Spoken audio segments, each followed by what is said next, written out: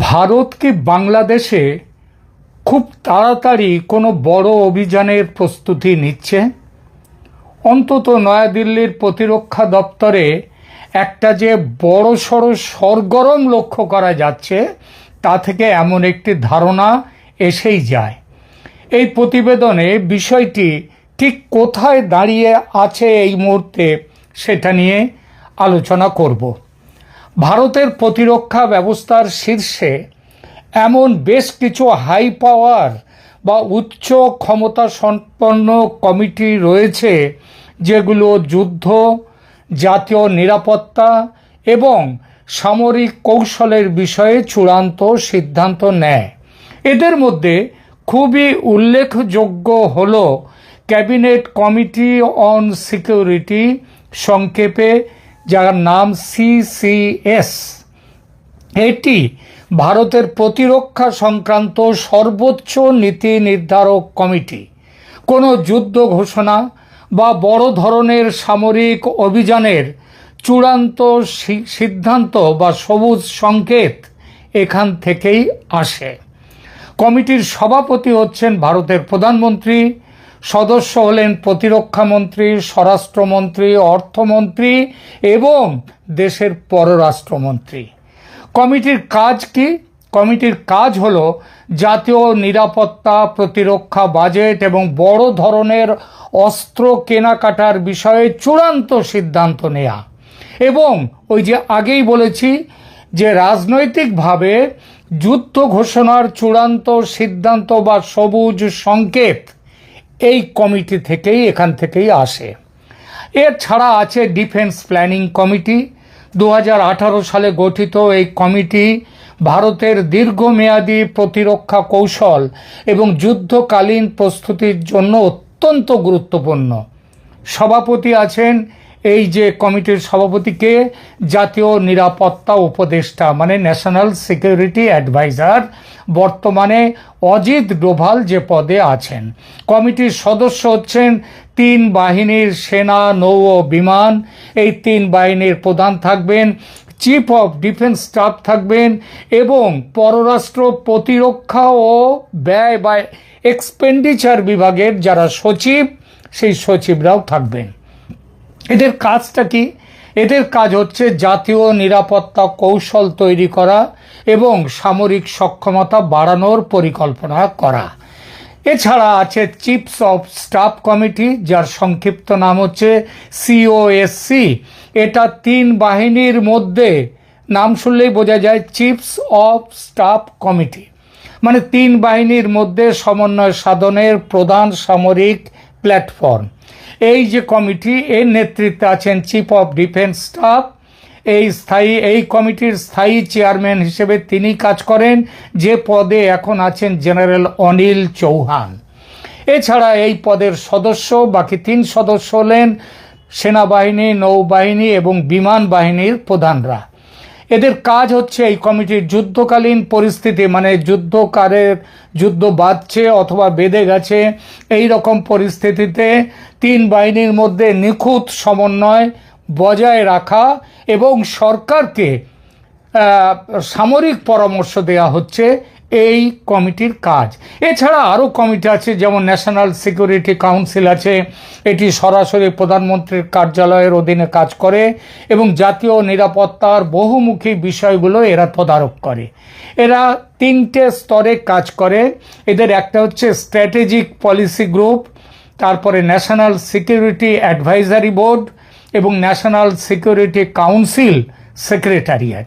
সহজ কথায় যুদ্ধের রাজনৈতিক সিদ্ধান্ত নেয় CCS বা ক্যাবিনেট কমিটি অন সিকিউরিটি, আর যুদ্ধের কৌশলগত পরিকল্পনা ও 3 বাহিনীর সমন্বয় পরিচালনা করে DPC এবং CDS এর নেতৃত্বাধীন কমিটিগুলো। CCS থেকে চূড়ান্ত সবুজ সংকেত মিললে যুদ্ধের কৌশলগত পরিকল্পনা করে DPC মানে ডিফেন্স প্ল্যানিং কমিটি এবং সিদ্ধান্ত কার্যকর করে চিফস অফ স্টাফ কমিটি বা সিওএসসি। এর অর্থ এটা নয় যে সিসিএস বা ক্যাবিনেট কমিটি অন সিকিউরিটি সবুজ সংকেত দিলে তবে অন্য বিভাগগুলো সচল হবে, তা নয়। আসলে সমস্ত বিভাগের ইনপুট আগে ভাগে নিয়ে তবে যুদ্ধের সিদ্ধান্ত নেয় ক্যাবিনেট কমিটি অন সিকিউরিটি। কথাটা হচ্ছে প্রতিরক্ষা দপ্তরের এই সমস্ত বিভাগের হালচাল হঠাৎই যেন দিল্লিতে রীতিমতো সরগরম হয়ে উঠেছে।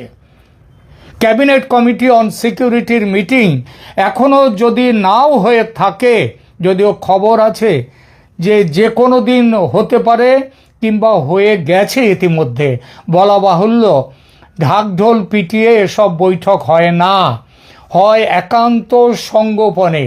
বৈঠকের খবর বাইরে আসতে বেশ কয়েকদিন লেগে যায়, সেটা পরবর্তীকালে দেখা যায়। যেমন ধরুন না কেন, এই যে সিসিএস মানে ক্যাবিনেট কমিটি অন সিকিউরিটির শেষ বৈঠক হয়েছিল 23শে এপ্রিল 2025-এ। এটা অন্তত যেটা পরিষ্কারভাবে এখনও খাতায় কলমে যেটা বলা হচ্ছে। জম্মু ও কাশ্মীরের, আপনাদের হয়তো মনে আছে, জম্মু ও কাশ্মীরের পহেলগাঁও জেলায় পর্যটকদের ওপর হওয়া ভয়াবহ জঙ্গি হামলার পরিপ্রেক্ষিতে প্রধানমন্ত্রী নরেন্দ্র মোদী এই বৈঠক ডাকেন, জরুরি বৈঠক। বৈঠকে জাতীয় নিরাপত্তা পরিস্থিতি পর্যালোচনা করা হয় এবং পরবর্তী পদক্ষেপ অর্থাৎ পাকিস্তানের সন্ত্রাসী ঘাঁটিতে হামলা করার সবুজ সংকেত দেওয়া হয় বা সিদ্ধান্ত নেওয়া হয়। যে সিদ্ধান্ত অনুযায়ী 7 মে তারিখে পাকিস্তানের ঘর মে ঘুসকে হামলা চালায় ভারত। বৈঠকের খবর আগে ভাগে প্রকাশ হলে পাকিস্তানে অতর্কিতে হানা দেয়া যেত না। খবরে প্রকাশ 7 মে রাতে ভারতের মিসাইল যখন পাকিস্তানে হামলা চালায়, তখন প্রধানমন্ত্রী শাহবাজ শরীফ সুইমিং পুলে সাঁতার কাটছিলেন। তার যে সেনাপতি আসিম মুনির, তিনি তাকে খবরটা দেন যে ভারত আক্রমণ করেছে। তারও আগে ক্যাবিনেট কমিটি অন সিকিউরিটির বৈঠক হয়েছিল, মানে এই যে বললাম 23শে এপ্রিল একটা বৈঠক হয়েছিল গত বছর 2025-এ। তার আগের সিকিউরিটি কমিটির এই যে বৈঠকটা হয়েছিল এটা 5 আগস্ট 2024-এ। দিনটা নিশ্চয়ই মনে আছে আপনাদের। বাংলাদেশের তৎকালীন পরিস্থিতি, শেখ হাসিনার দেশত্যাগ এবং তার পরিপ্রেক্ষিতে হয় এই বৈঠকটি। সেই বৈঠকের ঘটনা বুঝিয়ে দেয় যে বৈঠকটি হয়েছিল, এই ব্যাপারটা বুঝিয়ে দেয় বাংলাদেশের সামরিক হস্তক্ষেপের কথা সেদিনও ভারতের নীতি নির্ধারকদের ভাবনায় ছিল। না হলে এই বৈঠক হতো না। কিন্তু বৈঠকে সবুজ সংকেত আক্রমণের দেওয়া হয়নি। সেদিন সিদ্ধান্ত নেওয়া হয়েছিল ওয়েট অ্যান্ড ওয়াচের। সেই ওয়েট অ্যান্ড ওয়াচ গত 16-17 মাস ধরে মোটামুটি চালিয়ে যাচ্ছিল ভারত, টুকটাক কিছু অর্থনৈতিক ব্যবস্থা নেওয়া ছাড়া। তবে যেসব খবর আসছে এবং হঠাৎই ভারত এমন কিছু ব্যবস্থা নিতে শুরু করেছে যা থেকে ধরে নেওয়া যায় ভারত ওয়েট অ্যান্ড ওয়াচের স্টেজ পার করে বড় কোনো ব্যবস্থা নিতে চলেছে বাংলাদেশে। এসব ব্যবস্থা একমাত্র যুদ্ধকালীন বা আসন্ন যুদ্ধের পটভূমিকায় নেওয়া হয়ে থাকে। বাংলাদেশের ভারতীয় দূতাবাসগুলো থেকে কর্মচারীদের পরিবারবর্গকে দেশে ফিরিয়ে আনা, দূতাবাসে ব্যাপক কর্মী সংকোচন করে দেয়া, আক্ষরিক অর্থে স্কেলিটন সার্ভিস চালু রাখা যুদ্ধকালীন কূটনৈতিক সংকটের স্পষ্ট ইঙ্গিত দেয়। এছাড়া রামপাল বিদ্যুৎ কেন্দ্র থেকে একেবারে চুপি সারে ভারত তার প্রকৌশলীদের 9 জন প্রকৌশলীকে যে দেশে ফিরিয়ে নিয়ে এসছে, যার জন্য রামপাল বিদ্যুৎ কারখানা এখন বন্ধ হয়ে যাচ্ছে। তো এর ফলে মনে রাখতে হবে যে একটা যুদ্ধকালীন কূটনৈতিক সংকটের স্পষ্ট ইঙ্গিত পাওয়া যাচ্ছে। মে মাসের যুদ্ধের সময়, গত মে মাসের পাকিস্তানের ভারতীয় দূতাবাসগুলো থেকেও যে ব্যবস্থা নেয়নি ভারত, মানে ওই দূতাবাসের সমস্ত তাদের স্ত্রী পুত্র পরিজন সবাইকে নিয়ে আসা, পাকিস্তানে সেটা ছিল না। পাকিস্তানের স্ত্রীরা থাকতে পারতেন তাদের সাথে, পরিবার স্বামীর সাথে পাকিস্তান দূতাবাসের। কিন্তু ভারত বাংলাদেশে তা নিয়েছে, এখানে স্ত্রীও থাকতে পারবে না, পরিবারের কেউ থাকতে পারবে না। ইঙ্গিতটা বুঝতে আশা করি অসুবিধে হওয়ার কথা নয়। চিফস অফ স্টাফ কমিটি এর বৈঠকগুলো সাধারণত গোপনীয় সামরিক পরিবেশে অনুষ্ঠিত হয় এবং এর কোনো নির্দিষ্ট তারিখ জনসমক্ষে সবসময় প্রকাশ করা হয় না। তবে 2025 সালে অপারেশন সিন্দুর, মানে যেটা 7 মে 2025-এ শুরু হয়েছিল, 10 মে পর্যন্ত চলেছিল, এবং পহেলগাম হামলার পরবর্তী সময়ে 3 বাহিনীর প্রধানরা ওই চিফ অফ যে স্টাফ কমিটি তো তারা নিয়মিত সমন্বয় বৈঠক করেছিলেন। আবার এই কমিটি অতি সম্প্রতি জানুয়ারি মাসে, এ মাসে কয়েকবার বৈঠকে বসেছে। সেসব বৈঠকের ইনপুট ডিফেন্স প্ল্যানিং কমিটিতে গেছে, সেখান থেকে ক্যাবিনেট কমিটি অন সিকিউরিটির কাছে সেসব খবরও চলে গেছে, তাদের ইনপুট।